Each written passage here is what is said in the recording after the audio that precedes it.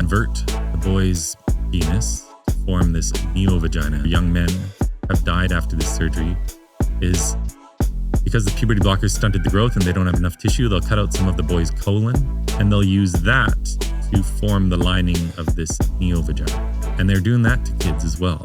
But they even celebrated doing this to a minor on TV.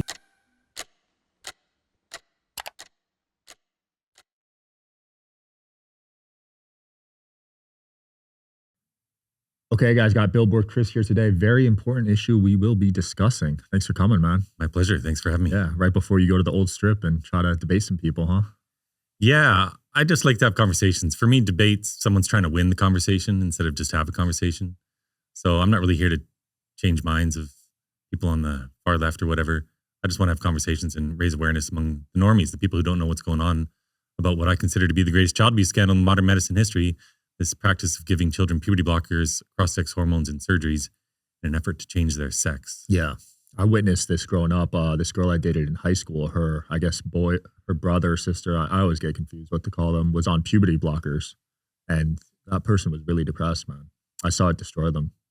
Yeah, there's always something else going on with these kids. Obviously, if a child thinks they were born in the wrong body, which is the language that these trans activists use, which doesn't make any sense. No one can tell me what that means. I've had tens of thousands of conversations about this out on the streets across the world, and no one can define what any of these terms mean. But obviously, if a child has gotten to the point where they've showed up at a gender clinic to receive puberty blockers, which are technically chemical castration drugs, these are the same drugs given to sex offenders today to chemically castrate them. Wow. Just a couple months ago, actually, Oklahoma passed a law that pedophiles wouldn't be able to be eligible for parole until they've gone on chemical castration drugs. The same exact drugs given to kids. Crazy. For this gender business. But yeah, these kids are all struggling. If you look at the data from all these different gender clinics around the world, like the biggest one that was in England, at the Tavistock, it was called the Gender Identity Development Service. 70% of the children had 5 or more coexisting mental health comorbidities. Jeez. Autism is very prevalent, probably in the majority of these cases. Sexual abuse is very prevalent.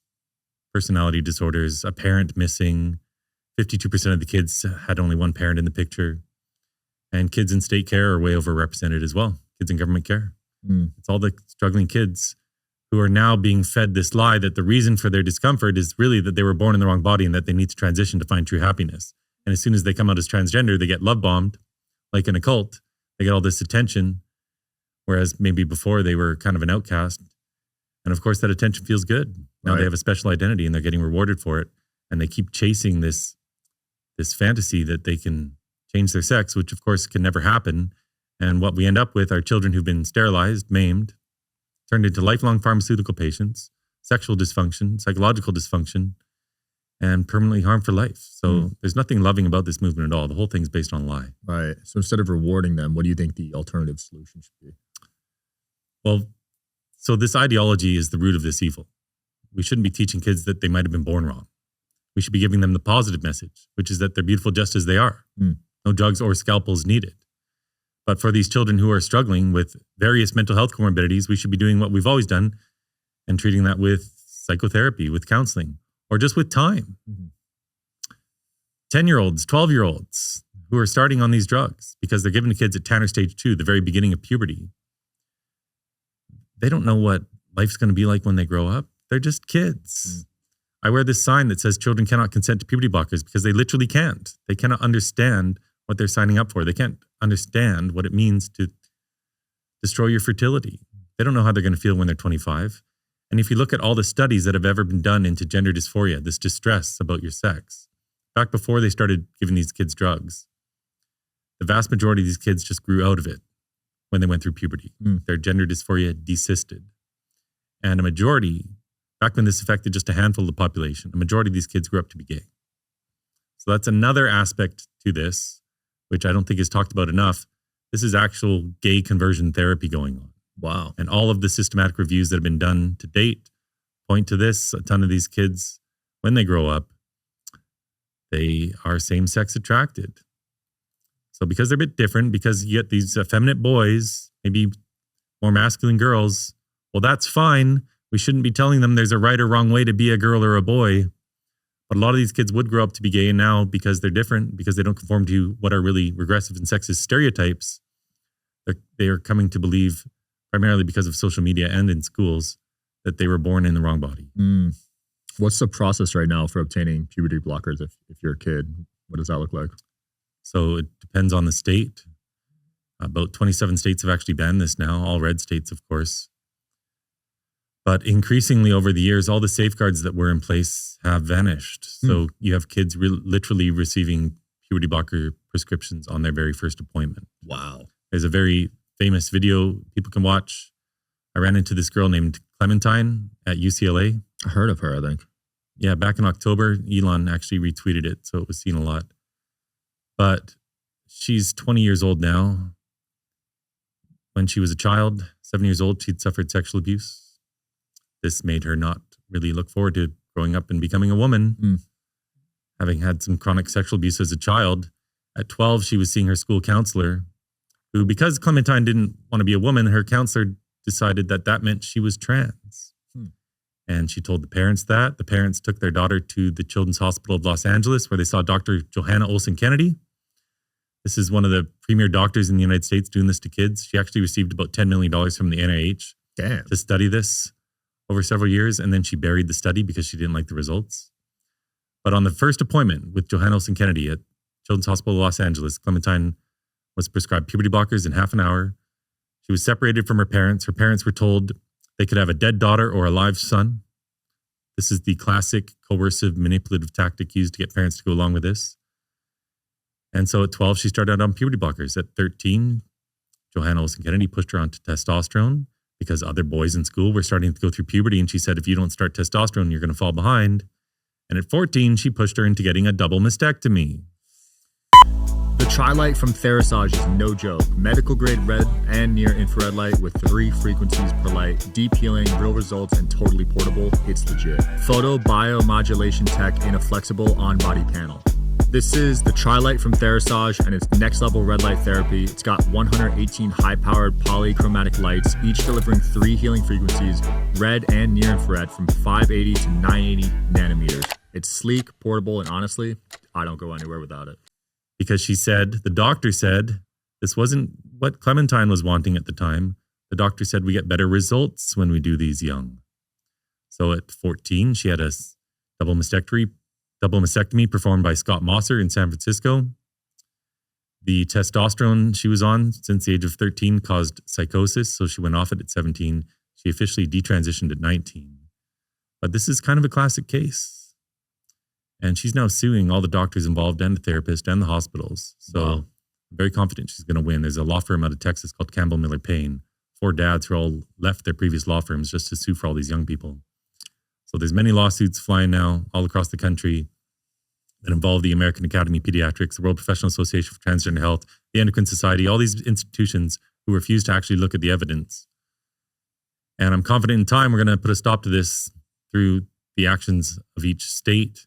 But also these lawsuits and insurance companies as well aren't going to want to insure this anymore when they're paying out. I bet. I wonder what percentage of these transitions regret it later. Yeah, it's a great question. And we don't have solid numbers on this because there never has been a proper study done. This whole thing is driven by ideology. This started in the Netherlands in the late 90s.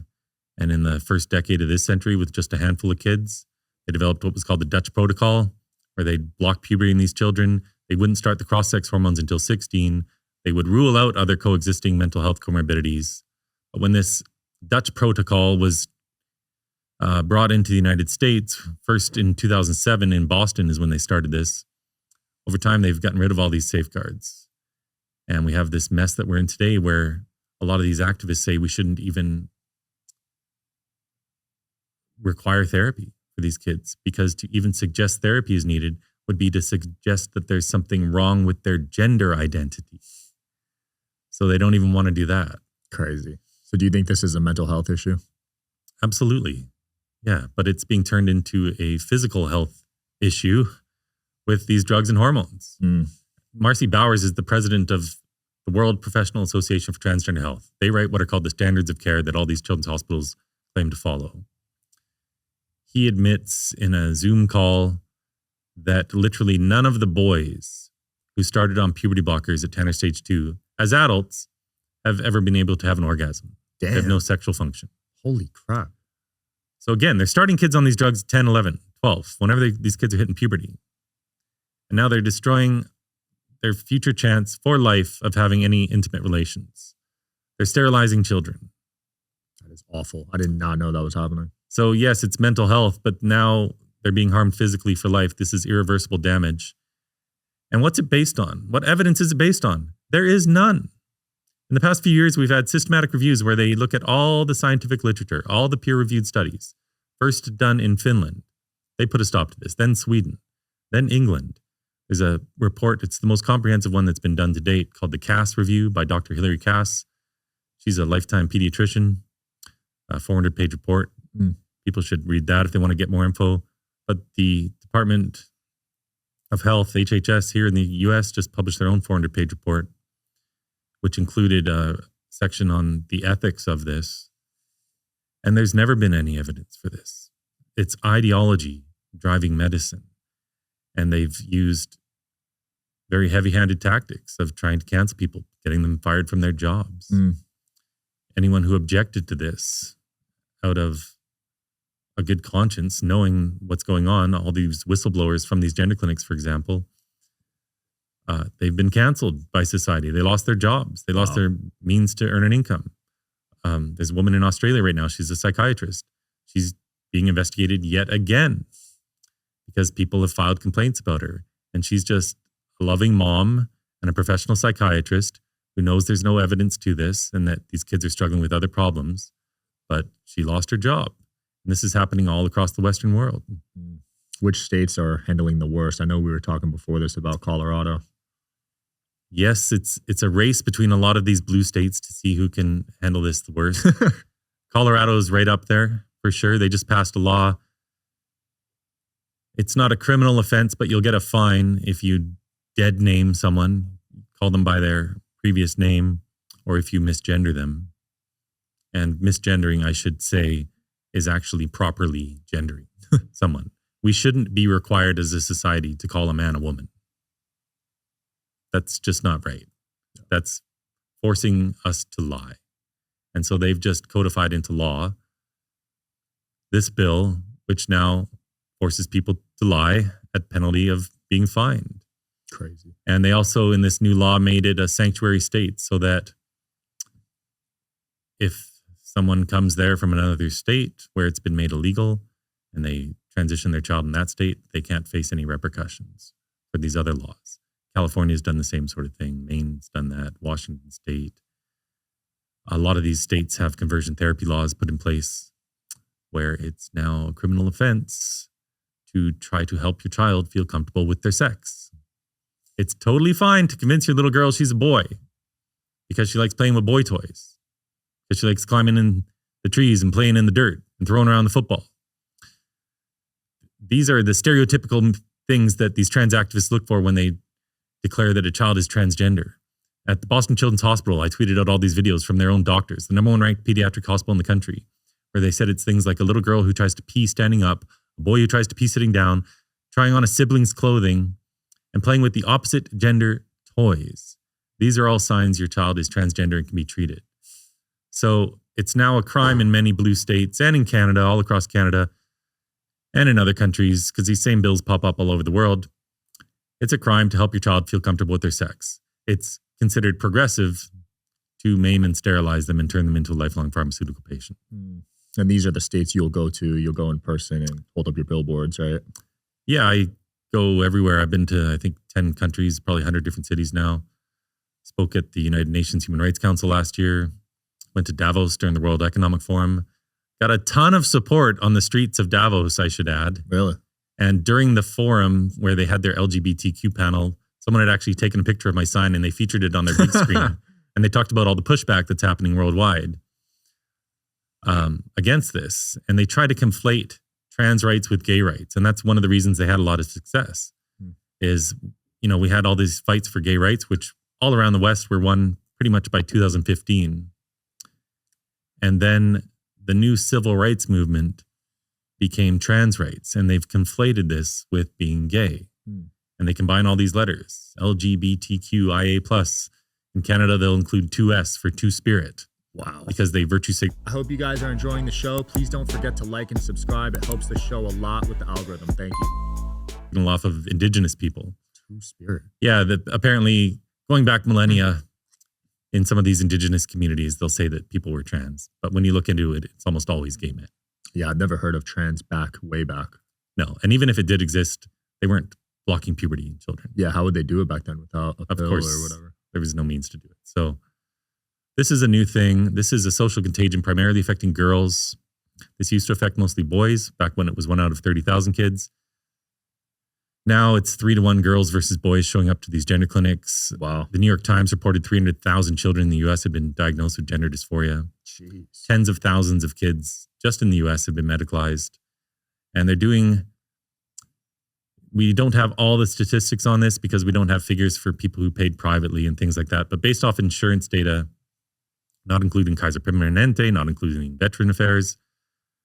So these are about half the numbers. We know that there are 1,000 double mastectomies being done on kids each year in the U.S.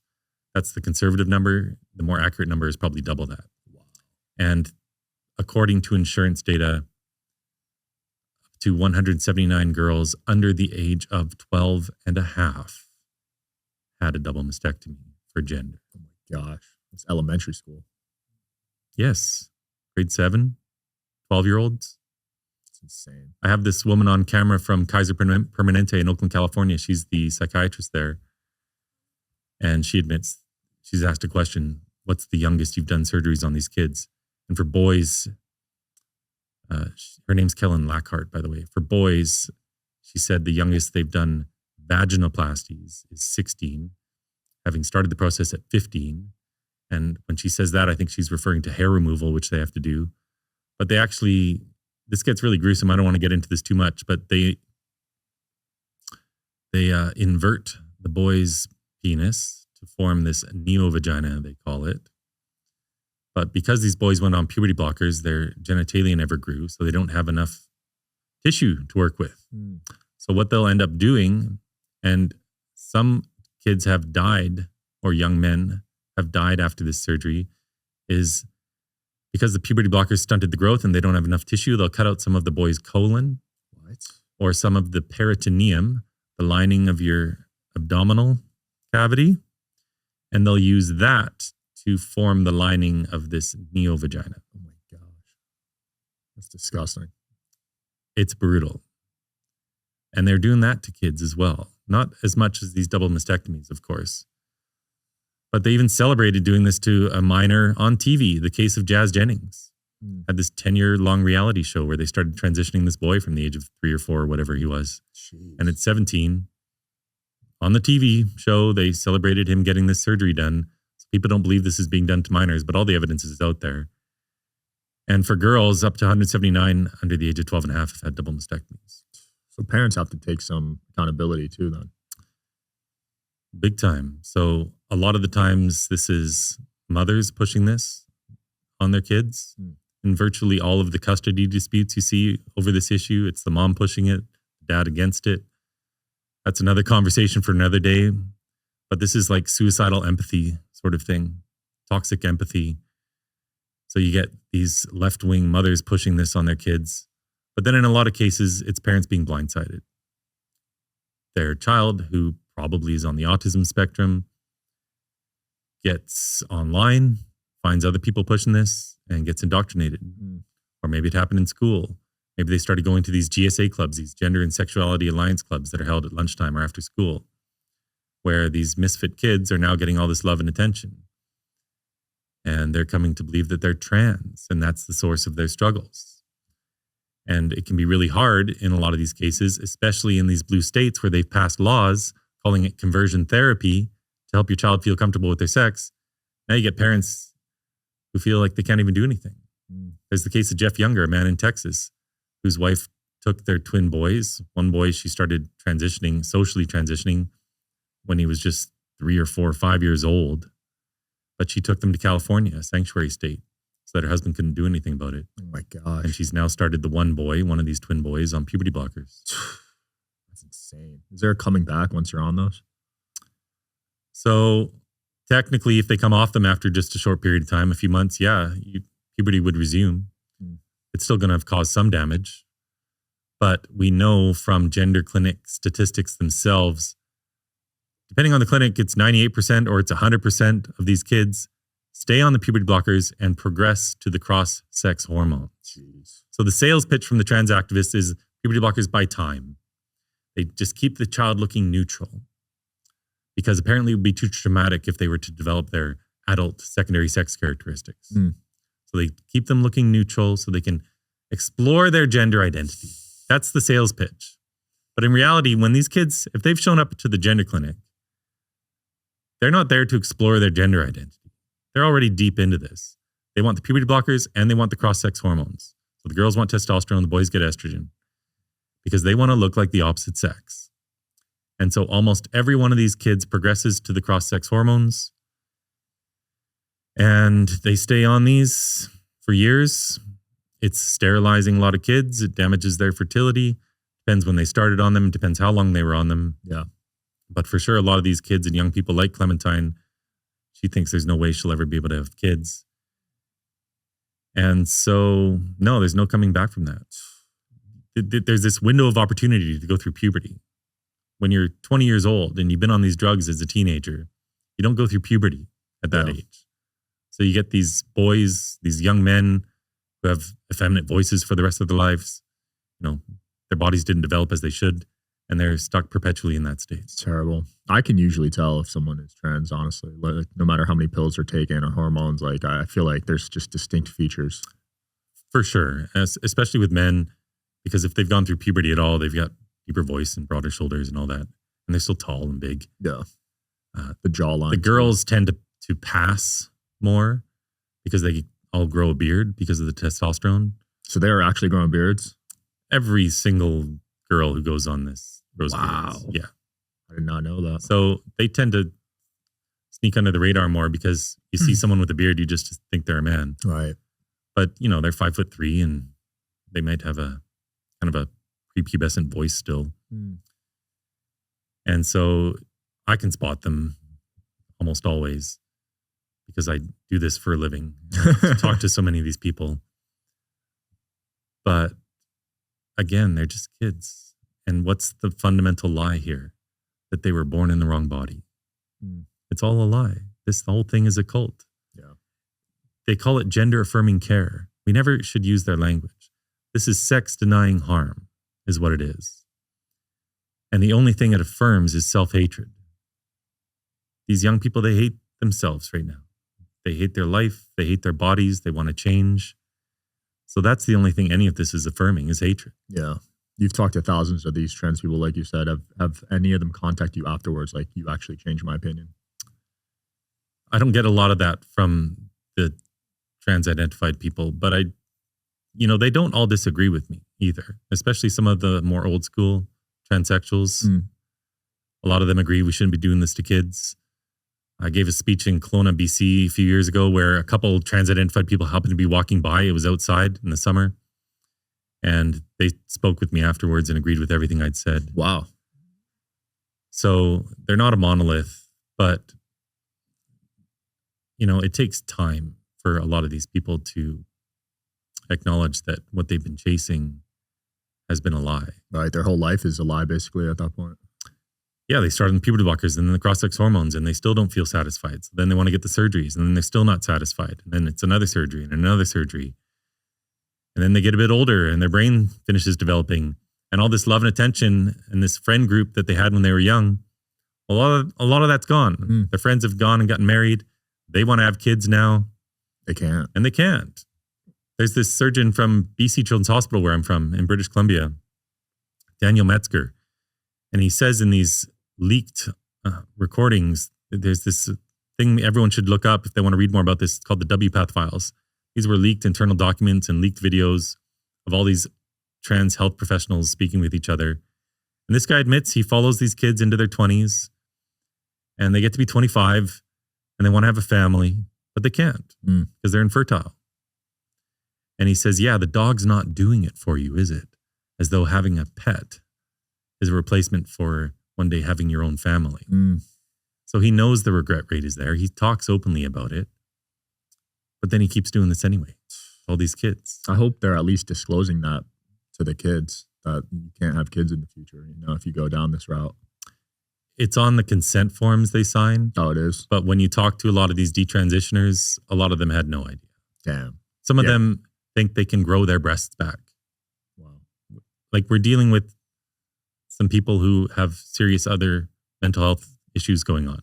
You get kids coming straight from the psychiatric units of hospitals into the gender clinic.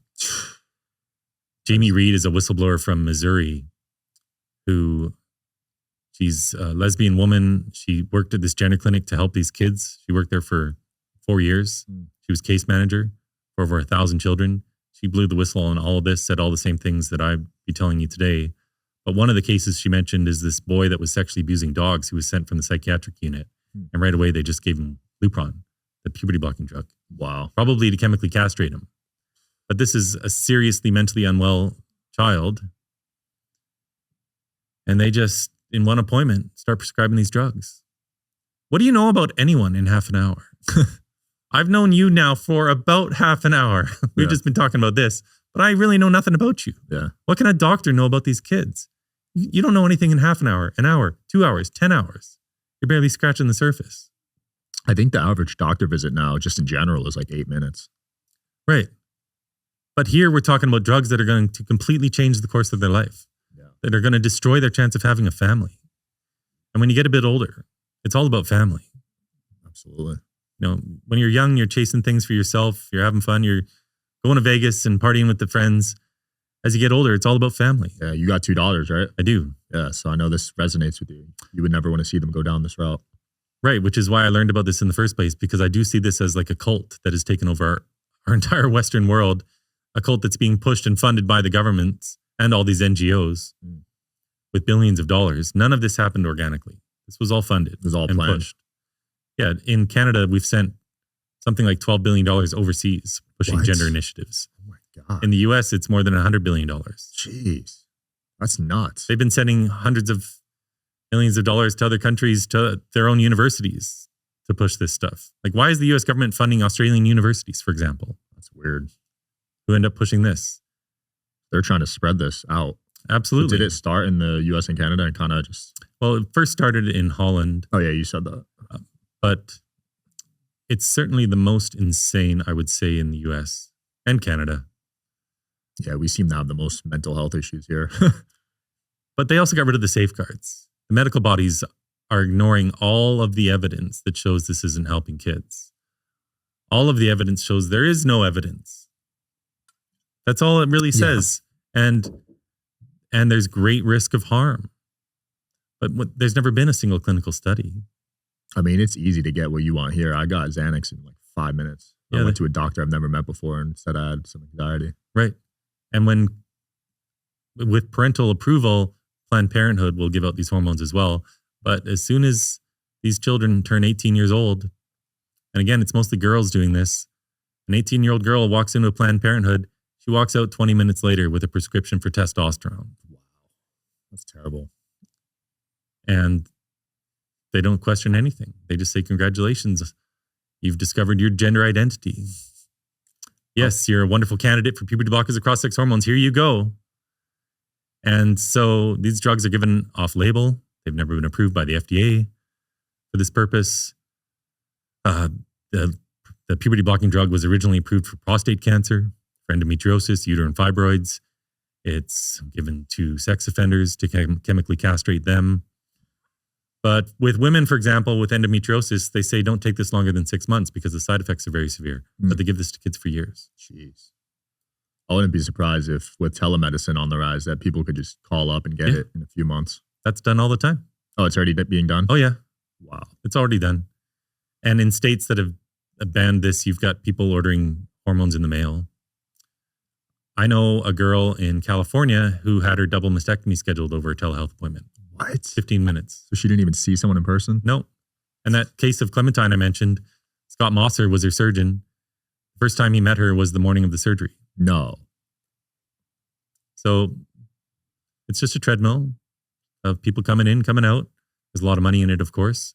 But the people pushing this at these gender clinics, these doctors, they're true believers. They really are. That is crazy. Because they could do all sorts of things to make money. Yes, there's money in it. Yeah. But a lot of these people are trans-identified themselves, which is a problem because now you've got really the insane running the asylum. Yeah. I'm actually suing the Australian government right now on a freedom of speech issue.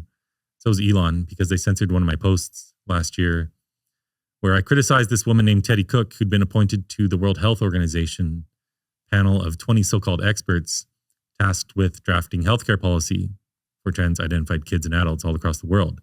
Teddy Cook is a woman who identifies as a man.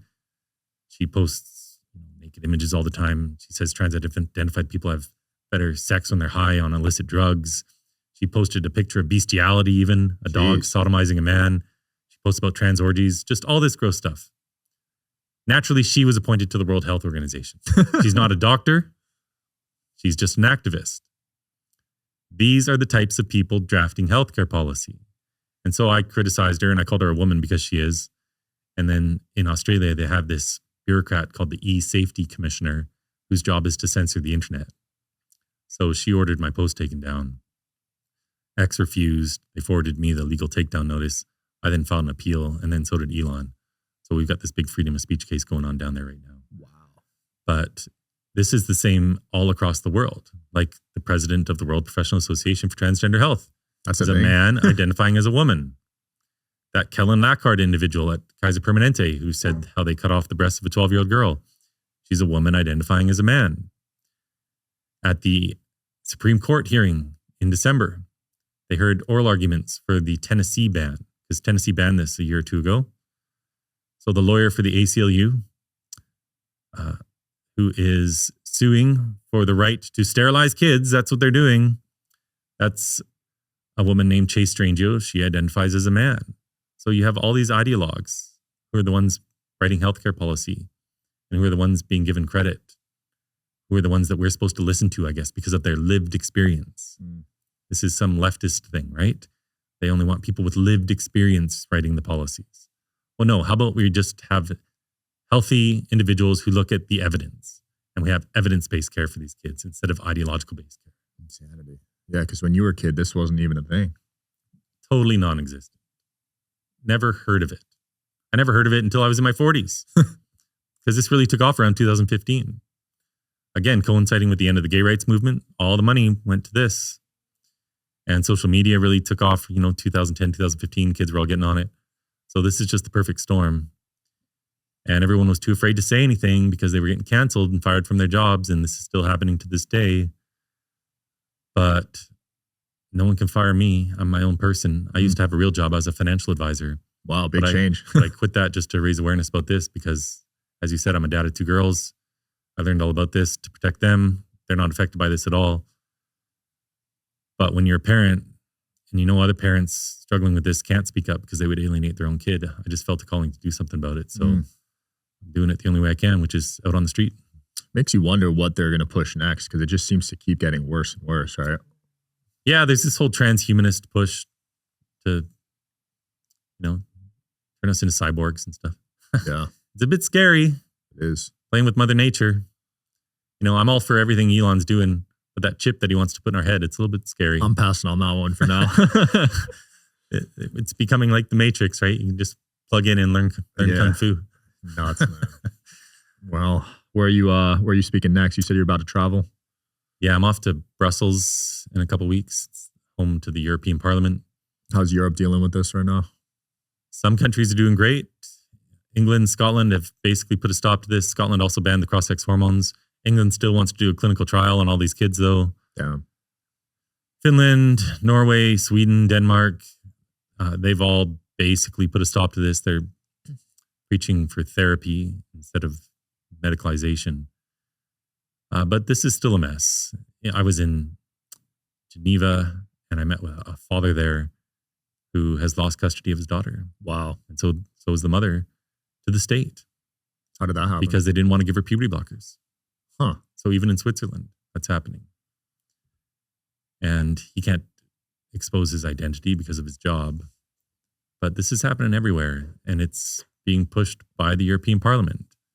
The head of the European Parliament just the other day was 2 days ago, I think, was writing on Twitter about how this is helping people to be their true selves and still promoting it with the Progress Pride flag and all that. Crazy. So I've got people lining up events for me in the European Parliament. That'll be good. I work with other huge conservative organizations like ADF International. They're the Alliance Defending Freedom. They're a legal organization representing people all across the globe, pro bono, who are fighting gender ideology or who have had their parental rights violated. They helped fund my case in Australia against the government. So I'm going to be doing some work with them there. But I'm also going to go into Germany, where freedom of speech is pretty dead right now. We'll see what happens there. In Germany? Yeah. I didn't know that. I have to be smart because I could get arrested very easily there. Same with the UK, I heard. UK is a bit of a mess for sure. They're arresting people for memes. Yeah. Releasing tweets.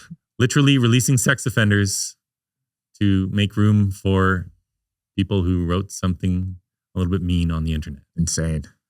I hope America doesn't get to that point. Same with Canada. I've heard some concerning things with Canada. Yes, I think a lot of the talk about Canada is sometimes exaggerated. I say whatever I want.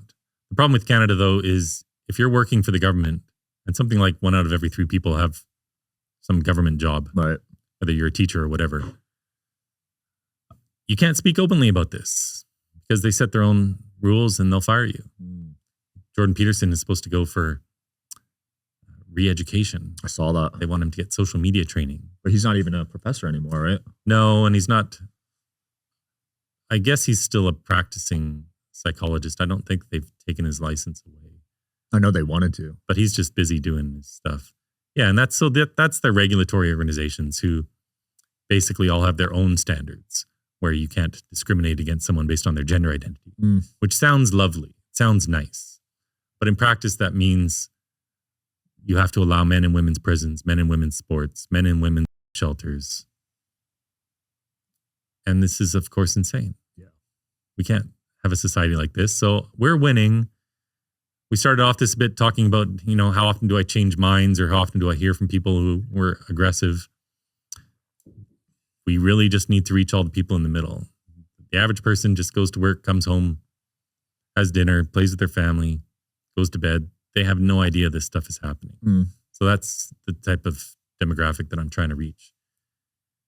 And I know throughout all the conversations I have and the millions of times they get seen online that it wakes up other people and gets them active in fighting this as well. Absolutely. So now we've got all sorts of people fighting this, whereas just a few short years ago, they'd never even heard of this.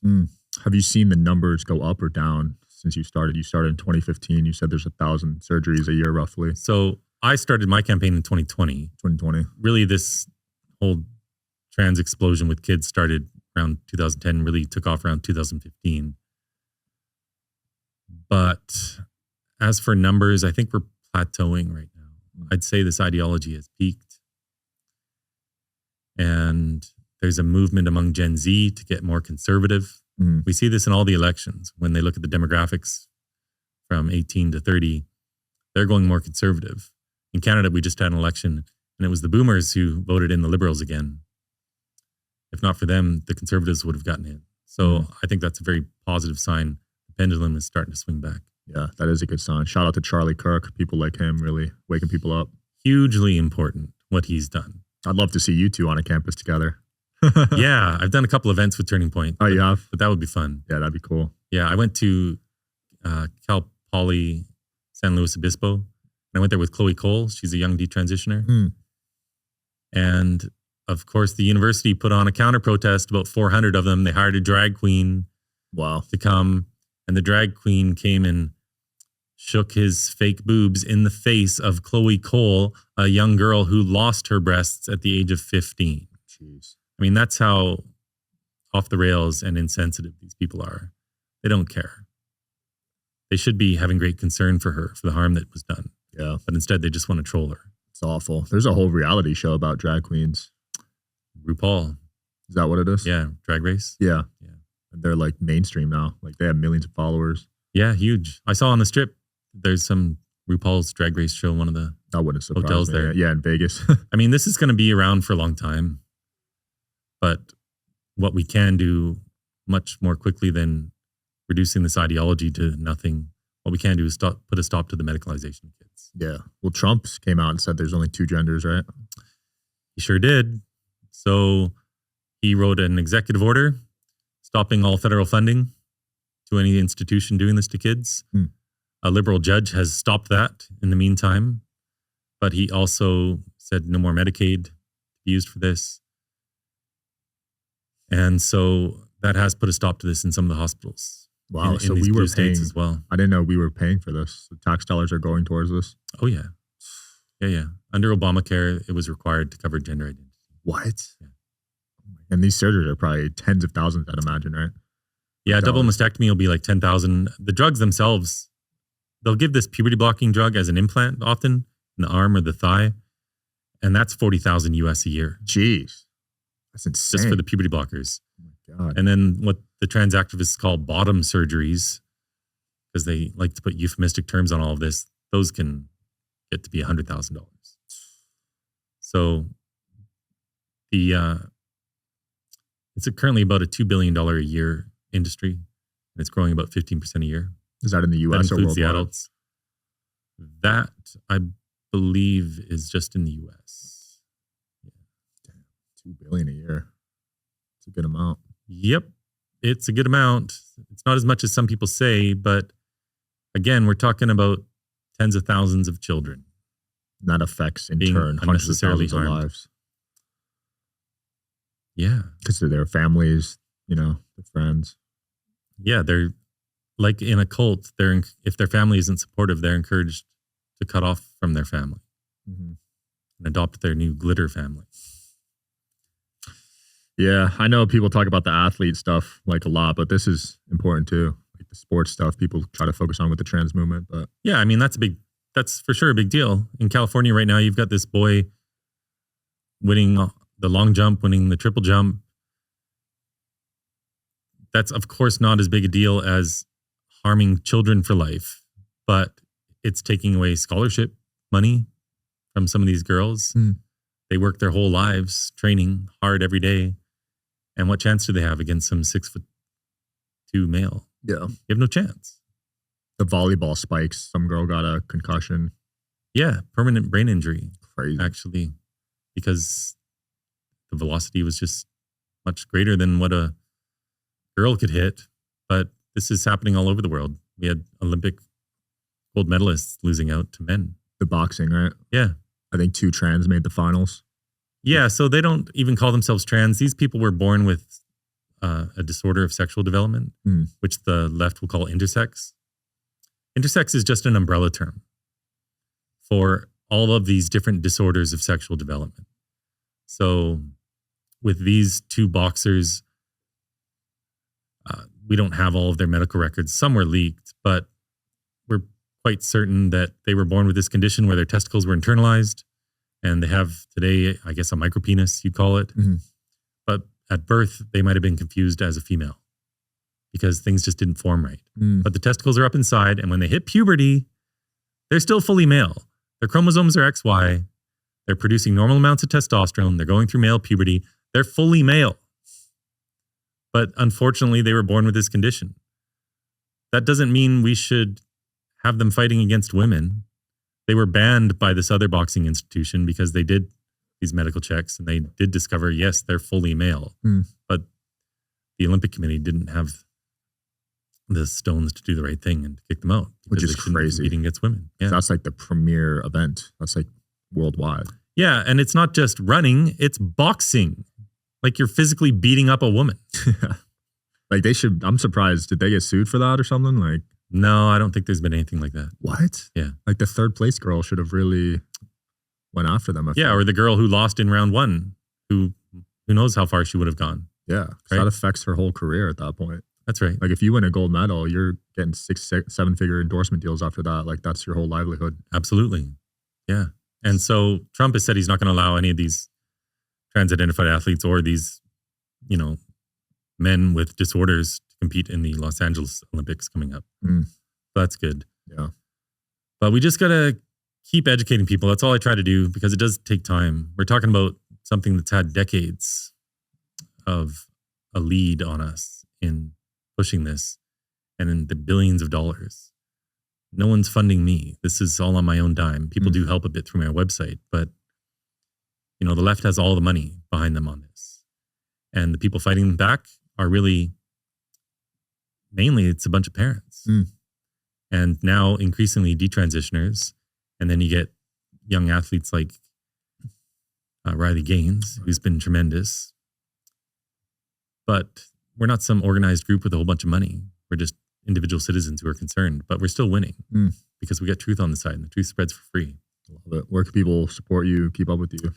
They can support me through my website, billboardchris.com, but follow me on all the major social media, X, YouTube, Instagram, even Facebook now. I had an imposter on there. Oh, yeah? So I started a Facebook account, but it's really good. That's where a lot of the moms are. So it gets good engagement. But yeah, anywhere on social media at Billboard Chris.